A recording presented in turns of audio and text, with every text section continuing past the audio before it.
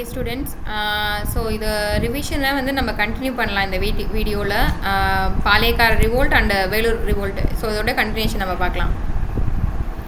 So தென்னிந்திய கூட்டமைப்பில் இருந்தவங்க யார் யார் அப்படின்னு சொல்லிட்டு நான் உங்களுக்கு சொல்லியிருந்தேன் இல்லையா. ஸோ சிவகங்கையை சேர்ந்த மருது சகோதரர்கள், அடுத்து நமக்கு திண்டுக்கலை சேர்ந்த கோபால நாயக்கர், அடுத்து மலபாரை சேர்ந்த கேரளவர்மன், மைசூரினுடைய கிருஷ்ணப்ப நாயக்கர், அப்புறம் துண்டாஜி, இவங்கெல்லாம் தான். அடுத்து திருச்சி பிரகடனம் அல்லது சுதந்திர பிரகடனம் அறிவிக்கப்பட்டது எப்போன்னு நான் உங்களுக்கு சொன்னேன். 1800 இன்றைக்கி நடத்தின கிளாஸ் தான் இது. ஸோ 1801 ஜூன் அப்போ தான். ஆங்கிலேயருக்கு எதிரான இந்தியர்களை ஒன்று சேர்க்கும் முதல் அழைப்பாக இருந்தது வந்து திருச்சிராப்பள்ளி பிரகடனம் தான். திருச்சிராப்பள்ளி பிரகடனம் எங்கு ஒட்டப்பட்டது அப்படின்னு சொல்லிட்டு நான் இன்றைக்கி கிளாஸில் தான் சொன்னேன். ஆற்காடு நவாப்பின் அரண்மனையான திருச்சி கோட்டை, சரிங்களா, அந்த சுவரிலும் ஸ்ரீரங்கம் வைணவ கோவில் சுவரிலும் ஒட்டப்பட்டிருக்கு. ஆங்கிலேயரை எதிர்த்து போராட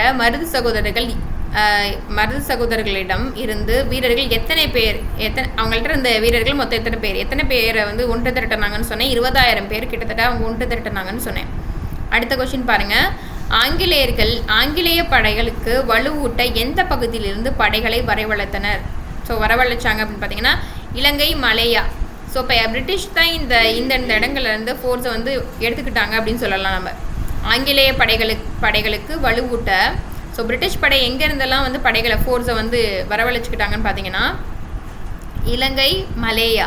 இது வந்து எக்ஸ்ட்ரா டேட்டா தான், நான் உங்களுக்கு கிளாஸ் எடுக்கும்போது சொல்லலை, ஸோ நோட் பண்ணிக்கோங்க. அடுத்து புதுக்கோட்டை, தஞ்சாவூர் அரசர்கள் யாருக்கு ஆதரவு தெரிவித்தாங்கன்னா ஆங்கிலேயர்களுக்கு தான். ஸோ இதுவும் வந்து உங்களுக்கு சொல்லியிருப்பேன்னு நினைக்கிறேன். பாளையக்காரர்களின் படைகளில் பிளவு ஏற்படுத்தியது எந்த ஒரு சிஸ்டம், எதை வச்சு அப்படின்னு பார்த்தீங்கன்னா எந்த ஒரு பாலிசினா, ஸோ இவங்களோட ஆங்கிலேயர்களுடைய பிரித்தாளும் கொள்கைன்னு சொல்லுவோம், சரிங்களா.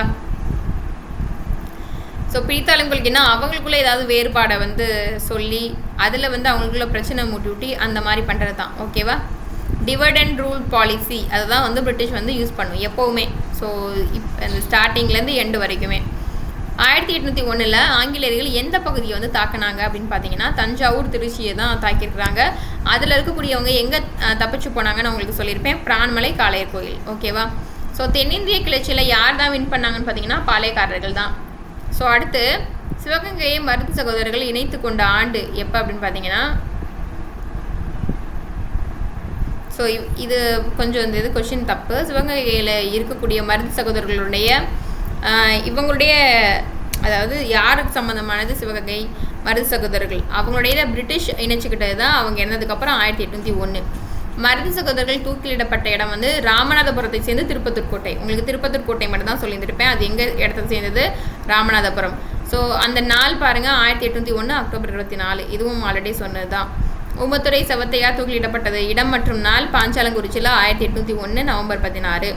கிளர்ச்சியாளர்கள் எத்தனை பேர் மலேயாவில் இருக்கக்கூடிய பினாங்கு தீவிற்கு அனுப்பப்பட்டாங்க அப்படின்னு பார்த்தீங்கன்னா 72 பேர் கிட்டத்தட்ட. ஸோ இதுவும் உங்களுக்கு டேட்டா நான் சொல்லலை, இதில் பார்த்துக்கோங்க. ஸோ வந்து இந்த மருது சகோதரர்கள் கூட பிரச்சனை பண்ணியிருந்திருப்பாங்க இல்லையா. ஸோ அந்த கிளர்ச்சியாளர்கள் கிட்டத்தட்ட 73 பேர் மலேயாவில் இருக்கக்கூடிய பினாங்கு தீவிற்கு அனுப்பப்பட்டிருப்பாங்க. அடுத்து பினாங்கு தீவு தற்போது எவ்வாறு அழைக்கப்படுது அப்படின்னா வேல்ஸ் இளவரச தீவுன்னு அழைக்கப்படுது, ஓகேவா. ஸோ ஆங்கிலேயர் ஆவணங்களில் 2வது பாளையக்காரர் போர் அப்படின்னு சொல்லிட்டு யாரோட போரை குறிப்பிட்டிருக்காங்கன்னு நான் உங்களுக்கு ஆல்ரெடி சொன்னேன். ஸோ அந்த குறிப்பிட்ட போர் என்னன்னு கேட்டால் தென்னிந்திய கிளர்ச்சி, தென்னிந்திய புரட்சி அப்படின்னு சொல்லிட்டு சொல்லலாம். அது யாருடைய போருன்னு கேட்டாங்கன்னா அது மருது சகோதரர்களுடைய போருன்னு தான் அழைக்கப்படும், சரிங்களா. ஸோ கர்நாடக உடன்படிக்கை செய்து கொள்ளப்பட்ட நாளும் உங்களுக்கு சொன்னேன் 1801 ஜூலை 31. இனிமேல் எந்த பாளையக்காரர்களுமே எங்களை என்ன பண்ணக்கூடாது, எதிர்க்கக்கூடாது, எதிர்த்தீங்கன்னா நீங்கள் இறந்துடுவீங்க. ஸோ உங்களுடைய ஆட்சி பகுதி எல்லாமே எங்களுக்கு கீழே தான், நீங்கள் எங்களுக்கு வரி வந்து கொடுத்து தான் ஆகணும் அப்படிங்கிற ஒரு விஷயத்தை தான் அந்த கர்நாடக உடன்படிக்கை சொல்லுது. அடுத்து பாருங்கள், தீரன் சின்னமலை பிறந்த ஊர் வந்து ஈரோடு சென்னிமலை, சரிங்களா. ஸோ வந்து அது மேலப்பாளையம் அந்த இடத்த தான் குறிப்பிடப்படுது. ஆங்கிலேய கிழக்கிந்திய கம்பெனியை எதிர்த்த கொங்கு நாட்டு பாளையக்காரர் யாருன்னு கேட்பாங்கன்னு சொன்னீங்கன்னா அது தீரன் சின்னமலை. கொங்கு நாடு அப்படிங்கிறது சேலம், திண்டுக்கல், கோயம்புத்தூர், கரூர், அப்புறம் வந்து இன்னும் திருப்பூரும் அதில் தான் வரும், ஓகேவா. அடுத்து கொங்கு பகுதி யாரால் இணைக்கப்பட்டது அப்படின்னா மைசூர் உடையார்கள் அப்படின்னு சொல்லிட்டு சொல்லுவோம். ஸோ உடையார்கள் இவங்களால் இணைக்கப்பட்டது. மைசூர் உடையார்கள் வீழ்ந்த பிறகு அப்பகுதி யாரால் ஆளப்பட்டுச்சுன்னா மைசூர் சுல்தான்கள். ஸோ அதில் தான் திப்பு சுல்தான் வருவாங்க. தீரன் சின்னமலை எந்த இராணுவத்தின் நவீன போர் முறை பயிற்சி பெற்றிருந்தானா பிரெஞ்சு. நான் உங்களுக்கு சொன்னேன்னா பிரெஞ்சு கிட்ட இவர் வந்து போர்க்கலை கற்றுந்துறாரு. அவங்கள்ட்ட தான் பயிற்சி பெற்றாங்கன்னு சொன்னேன். ஸோ அடுத்து திப்பு சுல்தான் பக்கம் இருந்து ஆங்கிலேயருக்கு எதிராக போராடி வெற்றி பெற்றவர் யாருன்னா தீரன் சின்னமலை. ஸோ யாரும் ஃப்ரெண்ட் ஆகிக்குவாங்க, திப்பு சுல்தானும் தீரன் சின்னமலையும் ஃப்ரெண்ட் ஆகிக்குவாங்க அப்படின்னு சொன்னேன். தீரன் சின்னமலை ஆங்கிலேயரை எதிர்க்க கோட்டை கட்டிய இடம் ஓடாநிலை. திப்பு சுல்தான் இறந்ததுக்கப்புறம் கட்டியிருப்பாங்கன்னு சொன்னேன். தீரன் சின்னமலை எப்பகுதியில் கொரில்லா போர் முறையை பின்பற்றி ஆங்கிலேயர்களை தோக்கடிச்சாங்கன்னா, நான் கிட்டத்தட்ட ஒரு போர் சொன்னேன்னா, ஸோ ஃபஸ்ட்டு 1801 காவேரி போர், 1802 வந்து ஓடாநிலை போர், 1804 அரச்சலூர் போர், 1805 தான் கடைசியாக இறந்துருப்பாங்கன்னு சொல்லி. அப்போ இந்த ஃபஸ்ட்டு 3 போரில் என்ன பண்ணியிருக்காங்கன்னா, தீரன் சின்னமலை வந்து கொரில்லா போர் முறை செஞ்சு பிரிட்டிஷை எதிர்த்திருக்காங்க. பிரிட்டிஷ் தோல்வி விட்டுருக்குன்னு அர்த்தம். இறுதி போர் தீரன் சின்னமலையை காட்டி கொடுத்தவர் யாருன்னா, கடைசி போரில் இந்த கட்டபொம்மனுக்கு மாதிரியே தான் இவருக்கும் துரோகம் செஞ்சிடுறாங்க. அவருடைய குக்கு, சரிங்களா, சமயக்காரர் நல்லப்பன் அப்படிங்கிறவரை. ஸோ இந்த நல்லப்பனை நான் உங்களுக்கு சொல்லலை. ஸோ இந்த டேட்டாவே இங்கே பார்த்துக்கோங்க. ஸோ தீரன் சின்னமலை எங்கே தூக்கில் போடுவாங்கங்கிறதையும் நான் உங்களுக்கு சொல்ல மறந்துட்டேன். 1805 ஜூலை 31 இறந்துருப்பாங்கன்னு சொன்னேன். சங்ககிரி கோட்டையில் தான் அவர் தூக்கில் போட்டிருப்பார். ஓகேவா? ஸோ 1805 சங்ககிரி கோட்டையில் அவர் தூக்கில் போடுறாங்க. 4ஆம் மைசூர் போருக்கு பின் திப்புவின் குடும்பம் எங்கே வந்து கொண்டு போய் வச்சுருப்பாங்கன்னா வேலூர் கோட்டையில் தான். ஸோ இப்போ பாருங்கள், ஒன்று உங்களுக்கு இப்போ வேலூர் கழகத்தை பற்றி சொல்கிறேன். ஹைதர் அலி மற்றும் திப்பு சுல்தான் ஆகியோரின் பணியாளர்கள் மற்றும் வீரர்கள் 3000 பேரின் சொத்துக்கள் வந்து பறிமுதல் செய்யப்பட்டு எங்கே இடம்பெயர்க்கப்பட்டாங்க அப்படின்னா, ஸோ அதுவும் வேலூர் தான். 1803 சென்னை மாகாண கவர்னர் வில்லியம் காவெண்டிஷ் பெண்டிங். ஸோ ஓகேவா, இவர் தான் இருந்திருக்காரு அப்போதைக்கு. யாருடைய காலத்தில் இராணுவத்தில் கட்டுப்பாடுகள் விதிக்கப்பட்டதுன்னா வில்லியம் வெண்டிஷ் பெண்டிங். ஸோ கட்டுப்பாடு யாருடைய எந்த கவர்னர் இருந்தப்போ இந்த கட்டுப்பாடு இராணுவ விதிமுறைகள் விதிக்கப்பட்டதுன்னா வில்லியம் காண்டிஷ் பெண்டிங். பட் ஆனால் யார் வந்து அந்த இராணுவ விதிமுறைகளை விதித்தவர் அப்படின்னு சொல்லி கேட்டாங்கன்னா சர் ஜான் கிரெட்டாக் அவர் தான். ஸோ 1803 சென்னை மாகாண படைத்தளபதியாக இருந்தவர் சர் ஜான் கிரெட்டாக். வேலூர் புரட்சிக்கான காரணம் என்னன்னு கேட்குறாங்க பாருங்கள். புதிய ஆயுதங்கள், புதிய முறைகள் மற்றும் சீருடைகள் சிப்பாய்களுக்கு அறிமுகம் செய்யப்பட்டுச்சு. இது ஒன்று. புதிய ஆயுதங்களும் வந்து கொடுக்குறாங்க. நியூ ரூல்ஸ்னால் என்னது, அந்த கேம்ப் வச்சுக்கிறது, இந்த மாதிரியான விஷயங்கள் தான். அந்த தலைப்பாகை எவ்வாறு அழைக்கப்படுது? அக்னியூ தலைப்பாகை.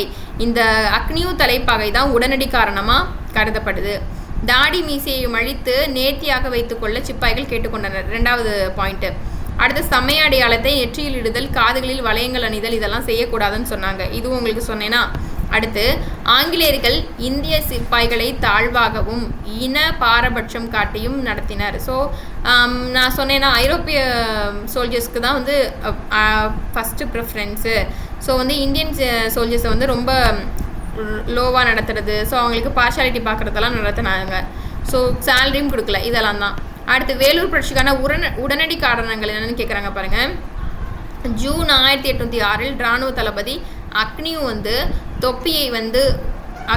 தொப்பியை ஒத்திருந்த சிலுவை சின்னத்துடன் கூடிய ஒரு புதிய தலைப்பாகையை அறிமுகப்படுத்தினது தான். ஸோ ஆல்ரெடி நான் உங்களுக்கு சொன்னேன். ஸோ வந்து அவங்க அந்த அக்னியூ தொப்பியை ஒத்திருந்தனா அவங்க பிரிட்டிஷ் யூஸ் பண்ண மாதிரியே இங்கேயும் யூஸ் பண்ண ஆரம்பித்தாங்க. ஸோ அது வந்து அக்னியூ தலைப்பாகை என்னப்பட்டது. இந்து முஸ்லீம் வீரர்கள் இதனை ஒன்றாக எதிர்த்தாங்க. இது எங்களுக்கு தேவையில்லை அப்படின்னு எதிர்க்கிறாங்க. இதனால் ஆங்கிலேயர்கள் கடுமையாக தண்டிக்கப்பட்டாங்க. திப்புவின் மூத்த மகன் பதே ஹைதர். ஸோ இந்த ஒரு டேட்டாவை நான் இப்போ உங்களுக்கு சொல்கிறேன், கவனிச்சுக்கோங்க. இப்போ வந்து இந்த கலகக்காரர்கள் வேலூர் புரட்சியில் வந்து சண்டை போட்டாங்க இல்லையா? ஸோ சண்டை போடும்போது ஒருத்தவங்க வந்து என்ன பண்ணுறாங்கன்னா, முன்னாடியே அந்த ஃபஸ்ட்டு நாளே பிளான் பண்ணுறாங்க. ஸோ அது வந்து யாருன்னா திப்புவினுடைய குடும்பத்தை சேர்ந்த ஒருத்தவர் தான். ஸோ அவர் என்ன பண்ணுறாருன்னா, ஒரு 10 நாள் நான் வந்து நம்மளோட கட்டுப்பாட்டுக்குள்ளே கொண்டு வரணும் அப்படின்னு சொல்லிட்டு சொல்கிறாங்க. அது ஒருத்தவர். அடுத்து திப்புவினுடைய மூத்த மகன் பேர் தான் பதே ஹைதர். இவர் என்ன பண்ணுறாங்க அப்படின்னா, வேலூர் கலகக்காரர்கள் அந்த 9 மணி அளவில் ஜில்லஸ்பி வரதுக்கு முன்னாடியே பதே ஹைதரை வந்து அரசனாக்கி, அந்த வேலூர் கோட்டைக்குள்ளே அரசனாக்கி அவருடைய, அதாவது திப்பு சுல்தானுடைய கொடி வந்து பறக்க விடுறாங்க. அது வந்து புலி சின்னத்தை ஒத்திருக்கும். ஸோ இந்த ஒரு விஷயத்தையும் நான் உங்களுக்கு சொல்ல மறந்துட்டேன். ஸோ அதுக்கப்புறம் பார்க்கலாம். ஸோ வேலூர் புரட்சியை தொடங்கினது யாருன்னு கேட்பாங்கன்னு சொன்னேன்னா, ஸோ 1வது மற்றும் 23வது படைப்பிரிவை சேர்ந்தவங்க தான். ஸோ உங்களுக்கு 123வது கொஸ்டின் பாருங்கள். கிளர்ச்சியாளர்கள் யாரை புதிய ஆட்சியாளராக அறிவித்தாங்கன்னா பதே ஹைதர். கர்னல் ஜில்லஸ்பிக்கு தகவல் கொடுத்து அனுப்பிச்சது யாருன்னா மேஜர் கூட்ஸ். உங்களுக்கு நான் சொல்லி கொடுத்தது தான். வேலூர் கிளர்ச்சியை அடக்கிய ஆங்கில தளபதி யாருன்னா கர்னல் ஜில்லஸ்பி. வேலூர் புரட்சியில் இறந்தவர்கள் மொத்தம் எத்தனை பேர் அப்படின்னு பார்த்தீங்கன்னா 113 பேர். ஸோ ஐரோப்பியர்கள் அப்புறமாட்டி 300 சிப்பாய்கள்னு சொல்லிட்டு இவங்களோட டேட்டா அப்படி இருக்குது. பட் ஆனால் இன்னும் நிறையா பேர் 900 பேர்கிட்ட இறந்துருக்காங்க. ஸோ இதெல்லாம் நம்ம ஆல்ரெடி பார்த்தது தான். 128வது கொஸ்டின் பாருங்கள். புரட்சிக்கு பிறகு திப்புவின் குடும்பம் எங்கே அனுப்பப்பட்டாங்கன்னா கல்கத்தா. இது நான் உங்களுக்கு சொல்ல மறந்துட்டேன். ஓகேவா? ஸோ வேலூர் கழகம் வந்து தோல்வியடைஞ்சதுக்கான காரணம் கேட்பாங்க. அதை பாருங்கள். இந்திய படை வீரர்களை வழிநடத்த சரியான தலைமை இல்லாமல் போயிடுச்சு ஒன்று. ஓகேவா? அடுத்து கழகம் மிக சரியாக வடிவமைக்கப்படலை அப்படிங்கிறது செகண்ட் திங். அடுத்து ஆங்கிலேயர்கள் வந்து பிரித்தாளும் கொள்கையை வந்து பயன்படுத்தி இந்தியர்கள் ஒற்றுமையில் வந்து பிளவை ஏற்படுத்தினாங்க. இது வந்து 2. ஓகேவா? ஸோ அதுக்கடுத்து பாருங்கள். 1806 நடந்த வேலூர் கழகம் 1857 நடைபெற்ற முதல் சுதந்திர போரின் முன்னோடி அப்படின்னு சொன்னது யாருன்னு பார்த்தீங்கன்னா வி.டி. சவாக்கர். இது ரொம்ப மோஸ்ட் இம்பார்ட்டன்ட். ஸோ இதை நல்லா பார்த்துக்கோங்க. 130வது கொஷின். ஏன்னா நான் ஆல்ரெடி உங்களுக்கு சொன்னேன். ஸோ வந்து 1857 ரிவோல்ட்டுன்னு சொல்லப்படுற நமக்கு வந்து 1857 பெருங்கழகமும் இது அதோடைய விஷயங்கள் அப்படியே வந்து வேலூர் கழகத்துக்கு ஒத்து போயிருக்கும். அப்போது அந்த 1857 ரிவோல்டனுடைய முன்னோடி போர் அப்படின்னு சொல்லி கேட்டாங்க அப்படின்னா அது வேலூர் கழகம் தான். ஸோ அதுதான் இங்கே கேட்டிருக்காங்க. 1806 நடந்த வேலூர் கழகம் 1857 நடைபெற்ற முதல் சுதந்திர போரின் முன்னோடி போர் அப்படின்னு சொன்னது யாருன்னு கேட்டாங்கன்னா வி.டி. சவாக்கர்.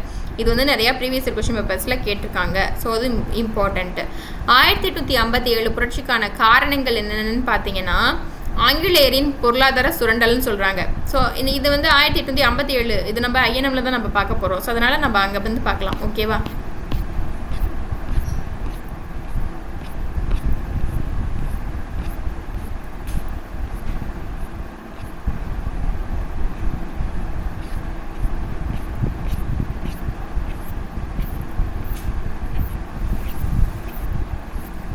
ஸோ உங்களுக்கு நான் உங்களுக்கு குரூப் 4 குரூப் 2 குரூப் 1 எல்லாத்துக்குமே சேர்ந்த மாதிரி தான் நான் உங்களுக்கு எடுக்கிறேன் கிளாஸஸ். ஓகேவா?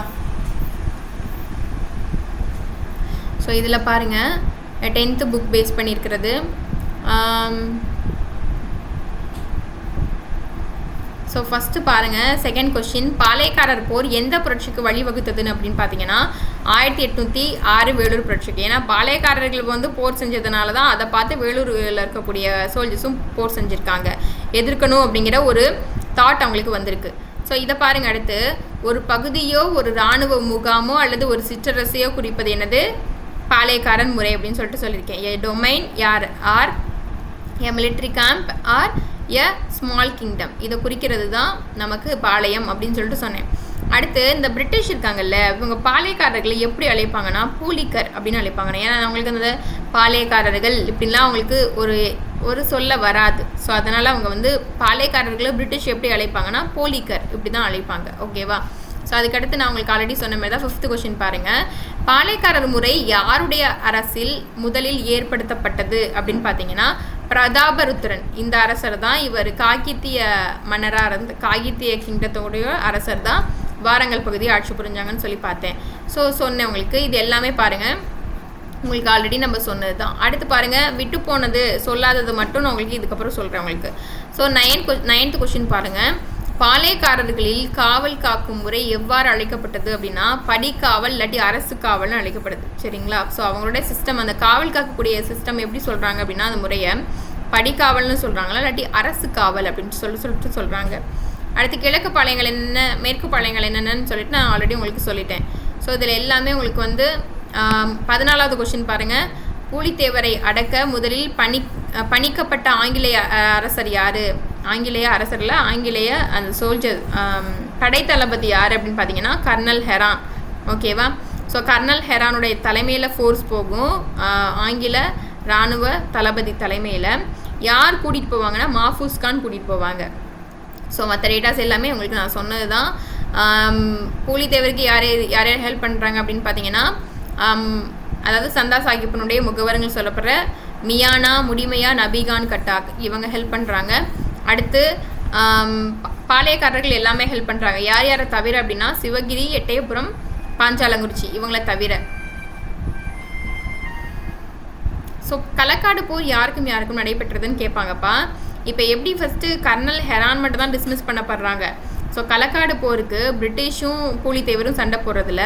பிரிட்டிஷ் அவங்களுக்கு ஃபேவரானது ஆட்கள் எல்லாமே சேர்த்துக்கிட்டு களக்காடு போர் மாஃபூஸ் கானுக்கும் மாஃபூஸ் கான் யார்? பிரிட்டிஷோட யூசுஃப் கான் மாஃபூஸ் கான் வந்து ஆற்காடு நவாப்போட பிரதர் தான். அப்போ ஆற்காடு நவாப்போட பிரதரான மாஃபூஸ் கானும் பிரிட்டிஷும் சேர்ந்து தான் வந்து பூலித்தேவரை எதிர்த்துருக்காங்க. ஓகேவா? ஸோ அப்போது இது ரொம்ப நோட் பண்ணி வச்சுக்கோங்க. களக்காடு போர் எப்போ? 1755 1755. இது வந்து யாருக்குன்னா பூலித்தேவருக்கும் மாஃபூஸ் கானுக்கும். மாஃபூஸ் கான் ப்ளஸ் பிரிட்டிஷ் தான். ஓகேவா? ஸோ மாஃபூஸ் கான் யார்? ஆற்காடு நவாப்போட பிரதர். ஸோ திருவிதாங்கூர் கடைசியாக 20,000 வந்து பேரை இவங்களுக்கு கொடுத்து பூலித்தேவர் வெற்றி பெற்றிருப்பார். பூலித்தேவர் யார்கிட்ட ஹெல்ப் கேட்டிருப்பாங்கன்னா ஹைதர் அலிகிட்ட ஹெல்ப் கேட்டிருப்பாங்க. பட் ஆனால் ஹைதர் அலியால் மராத்தியர்கள்கிட்ட சண்டை போட்டதுனால கொடுக்க முடியாது. ஸோ 22வது கொஸ்டின் பாருங்கள். யூசுஃப் கான் என்பவரின் மரப்பெயர்கள் என்ன? மரப்பெயர்கள்னால் இயற்பெயர். சரிங்களா? மருதநாயகங்கிறது அவருடைய இயற்பெயர். அதுக்கடுத்து அதுக்கு முன் அவர் முஸ்லீமாக மாறினதுக்கப்புறம் அவருடைய இயற்பெயர் வந்து கான் சாஹிப். பொதுவாக அவர் வந்து யூசுஃப் கான் அழைக்கப்படுறாரு. ஸோ இது எல்லாமே உங்களுக்கு சொன்னதான். 23வது கொஸ்டின் பாருங்கள். யூசுஃப் கான் நெற்கட்டும் சேவல் கோட்டையை எத்தனை மாதங்கள் முற்றுகையிட்டார்னா நான் ஆல்ரெடி திரும்பி சொல்கிறதான். ஸோ 1760 செப்டம்பர் போல் அவங்கக்கிட்ட எல்லா ஆயுதங்களும் வந்ததுக்கப்புறம் திருச்சியிலேருந்து கிட்டத்தட்ட 2 மாதம் வந்து நெற்கட்டும் சேவலை முற்றுகை பண்ணியிருந்திருப்பாங்க. அதாவது சீச் பண்ணியிருந்திருப்பாங்க. ஓகேவா? ஸோ அதுக்கப்புறம் தான் வந்து 1761 மே 16 அப்போ 3 கோட்டைகளை வந்து தாக்கி அழித்து அதுக்கப்புறம் வெற்றி பெற்றிருப்பாங்க யூசுஃப் கான் தலைமையில். ஸோ இது எல்லாமே உங்களுக்கு ஆல்ரெடி சொன்னது தான். சொல்லாத மட்டும் நான் உங்களுக்கு இதுக்கப்புறம் சொல்லிட்டு போகிறேன் ரிவிஷனில்.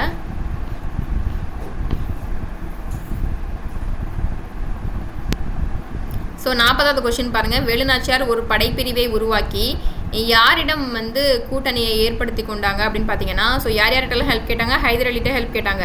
ஹைதர் அலி என்ன பண்ணுறாங்க? அவங்களுடைய திண்டுக்கல்ல தலைவராக இருந்த சையதுக்கிட்ட சொல்லி 5000 குதிரைப்படையும் 5000 காலாப்படையும் கொடுக்குறாங்க. 5000 ஸோ 5000 சோல்ஜர்ஸையும் 5000 கேவல்ரியும் அவங்களுக்கு கொடுக்குறாங்க. ஸோ அது மட்டும் இல்லாமல் கோபால நாயக்கரும் அவங்களுக்கு ஹெல்ப் பண்ணுறாங்க. ஸோ அந்த திண்டுக்கல் கூட்டமைப்பு யார்? திண்டுக்கல்ல கோபால நாயக்கர் தலைமை, மணப்பாறையில் பூஜா லக்ஷ்மி நாயக்கர், அடுத்து தேவதானப்பட்டினத்துக்கு பூஜா நாயக்கர். இதெல்லாம் ஞாபகம் வச்சுக்கோங்க. 45வது கொஸ்டின் பாருங்களேன். திண்டுக்கல்லில் இருந்த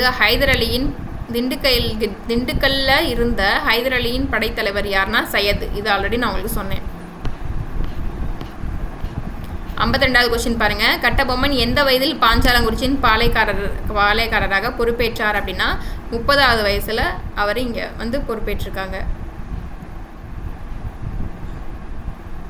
ஸோ அப்போதைக்கு கட்டபொம்மன் வந்தப்போ 53வது கொஸ்டின் பாருங்களேன். கட்டபொம்மனின் ஆட்சி காலத்தில் இருந்த கம்பெனி நிர்வாகிகள் யாருன்னா 2 பேர் இருந்திருக்காங்க. ஜேம்ஸ் லண்டன் இவங்களும் காலின் ஜாக்சன் தான் ராமநாதபுரத்தினுடைய கலெக்டராக இருந்திருக்காங்க. பட் ஆனால் இந்த 2 பேருமே என்ன பண்ணுறாங்கன்னா கட்டபொம்மன் கிட்ட வரி வசூலிக்கிறது ரொம்ப ஈஸி, அவங்க ரொம்ப சாஃப்ட் பர்சன், அவங்கள்ட்ட இருந்து ஈஸியாக வாங்கிடலாம். ஸோ ஒரு ஃபோர்ஸை கூட்டிகிட்டு போயிட்டு கூட அவங்க பயந்து கொடுத்துருவாங்கன்னு ஃபஸ்ட் ஸ்டார்டிங்கில் நினச்சிருக்காங்க.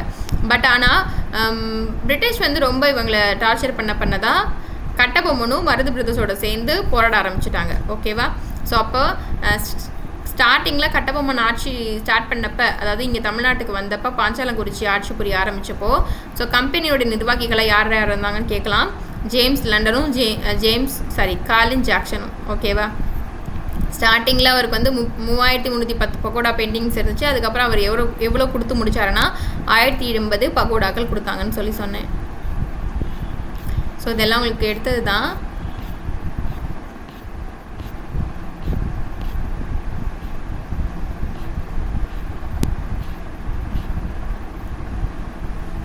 ஸோ 77வது கொஸ்டின் பாருங்கள். கட்டபொம்மன் தூக்கிலிடப்பட்ட இடம் வந்து கயத்தாறு அப்படிங்கிற இடத்துல தான். ஓகேவா? ஸோ நமக்கு திருநெல்வேலியில் கயத்தாறு அப்படிங்கிற இடத்துல தான் அவரை அங்கே இருக்கக்கூடிய பழைய கோட்டை அப்படிங்கிற இடத்துல இருக்கக்கூடிய புளிய மரத்தில் தான் அவரை வந்து தூக்கில் போட்டாங்க, ஹேங் பண்ணாங்க. இதெல்லாம் பார்த்து வச்சுக்கோங்க.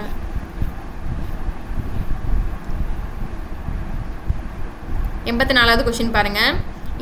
தென்னிந்திய புரட்சி, தென்னிந்திய கூட்டமைப்பு ரெண்டுத்தையுமே ஸ்டார்ட் பண்ணது மருது சகோதரர்கள் தான். ஸோ அது வந்து 2வது பாளையக்காரர்கள் புரட்சினும் மருது சகோதரர்களுடைய புரட்சி அழைக்கப்பட்டது. 84வது கொஸ்டின் பாருங்களேன். 2வது பாளையக்காரர் போர் எப்போது கிளர்த்திருந்தது அப்படின்னு பார்த்தீங்கன்னா, ஸோ விருப்பாட்சி அப்படிங்கிறது திண்டுக்கல் தானே. ஸோ திண்டுக்கல்ல கோபால நாயக்கருடைய உதவியோட மருது சகோதரர்கள் சேர்ந்து பண்ணினது. ஸோ அப்போ அங்கே தான் ஸ்டார்ட் பண்ணியிருக்கிறாங்க. ஸோ இது திரும்பியும் நீங்கள் பார்த்துக்கோங்க. பாஞ்சாலங்குறிச்சி கோட்டையை வந்து கட்டினதுக்கப்புறம் ஸோ அவங்க வந்து ஊமத்துறையும் செவத்தாயாவும் வந்து பாளையங்கோட்டை ஜெயிலேருந்து தப்பிச்சு கமுதிக்கு போகிறாங்க. கமுதியிலேருந்து போயிட்டு திரும்பியும் சின்ன மருதோட ஹெல்ப்போட சிறுவயலில் வைக்கிறாங்க. ஸோ அவங்கள அடைக்கலம் வச்சுக்கிறாங்க. ஸோ அந்த கேப்பில் தான் என்ன ஆகுதுன்னா திரும்பியும் நமக்கு பாஞ்சாலங்குறிச்சி கோட்டை திரும்பி கட்டப்படுது. அதை திருப்பியும் வந்து தாக்கக்கூடிய படைத்தளபதி பிரிட்டிஷோட ஆஃபீஸர் யாருன்னு கேட்பாங்கப்பா. 88வது கொஸ்டின் ரொம்ப இம்பார்ட்டன்ட். காலின் மெக்காலே. ஸோ காலின் மெக்காலே தான். ஸோ அடுத்து சிவகங்கை ஆண்ட மருது சகோதரர்களை அவங்கள நோக்கி அவங்கள ஃபோர்ஸ் நோக்கி, அதாவது அவங்கள வீழ்த்தினாங்களா பிரிட்டிஷ், அவங்க அப்போது எந்த 2 படைத்தலைவர்கள் மூலயமா மருது சகோதரர்களை பிரிட்டிஷ் வீழ்த்துறாங்கன்னா அதுவும் ரொம்ப important. Colonel Agnew, colonel Innes. So 90வது கொஷின், 90th கொஷினாக பார்த்துக்கோங்க.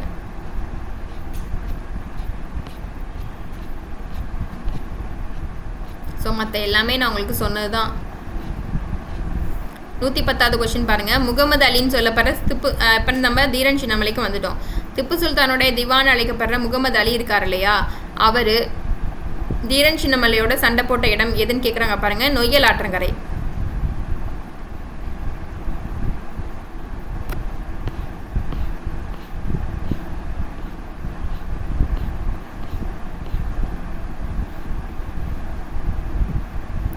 அடுத்து 121வது கொஸ்டின் பாருங்கள். ஆங்கிலேய மைசூர் போர் நடைபெற்றது 1799. ஸோ முதல் கர்நாடக போர் கையெழுத்திட்டது எப்போன்னு கேட்பாங்கப்பா. 1792. முதல் கர்நாடக போர் கையெழுத்திடப்பட்டது 1792, 1792. அடுத்து ஆங்கிலேய மைசூர் போர் எப்போ நடந்துச்சுன்னு பார்த்தீங்கன்னா 1799. இதெல்லாம் ஞாபகம் வச்சுக்கோங்க.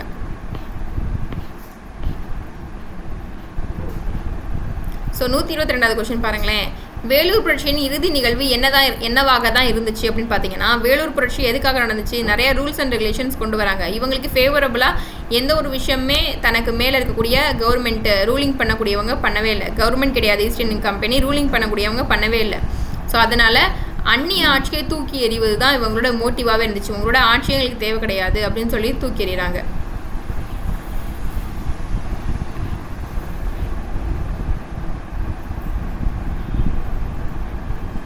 ஸோ 132வது கொஸ்டின்லேருந்து பாருங்கள். வாய்மொழி வாக்குமூலப்படி கோட்டையில் உயிரிழந்த வீரர்களின் எண்ணிக்கை எவ்வளவுன்னு கேட்குறாங்க. கிட்டத்தட்ட 800 பேர். ஸோ 800 பேர் இறந்துருக்காங்க. திருச்சிராப்பள்ளியிலும் வேலூரிலும் எத்தனை வீரர்கள் விசாரணைக்காக சிறையில் அடைக்கப்படுறாங்க அப்படின்னா, விசாரணைக்காக மட்டும் 600 பேர். கிட்டத்தட்ட 800 பேர் இறந்துடுறாங்க. வேலூர் ரிவோல்ட்டில் 600 பேர் விசாரணைக்காக கொண்டு போகிறாங்க. ஓகேவா?